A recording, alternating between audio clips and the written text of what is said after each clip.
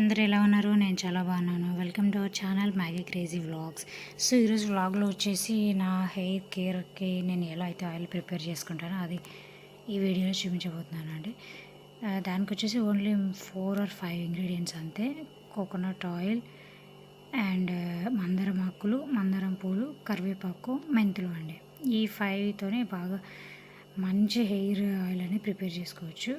Oil అయితే తీసుకొని మీకు తగినంత ఆయిల్ అయితే తీసుకున్న తర్వాత దాంట్లో కొంచెం కరివేపాకు, మందారం ఆకులు, మందారం పూలు బాగా వాష్ చేసి అది వాటర్ లేకుండా వేయండి. వాటర్ ఉన్నప్పుడు వేస్తే మంచిగా ఉండదు, అంతా చిట్పట్టని ఆయిల్ అంతా వేస్ట్ అయిపోతుంది.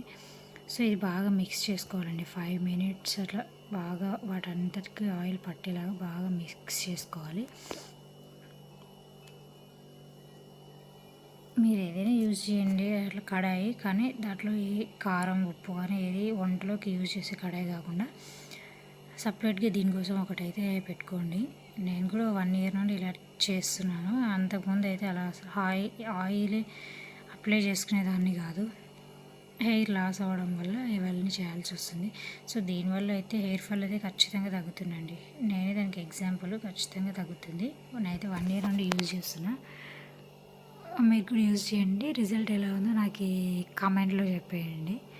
సో అలా కలుపుకున్న తర్వాత సిమ్లోనే పెట్టుకోండి, లేదంటే మీడియంలో పెట్టుకున్నా ఓకే. పెట్టుకొని బాగా అది ఉడికేటప్పుడు మంచి స్మెల్ అనేది వస్తుందని జాగ్రత్త ఇక్కడ మాడిపోకుండా.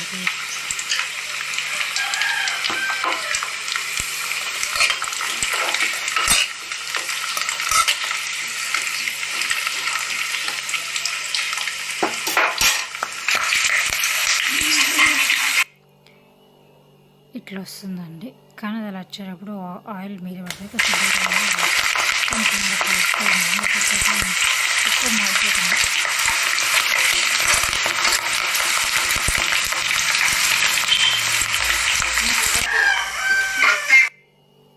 సో ఇట్లా అయిపోయింది కదా. ఇప్పుడు మెంతులు అనేది యాడ్ చేసుకోండి. కొంచెం మరి ఎక్కువ కాదు, కొంచెం మెంతులు యాడ్ చేసేసుకొని ఇక గ్యాస్ కట్టేయండి.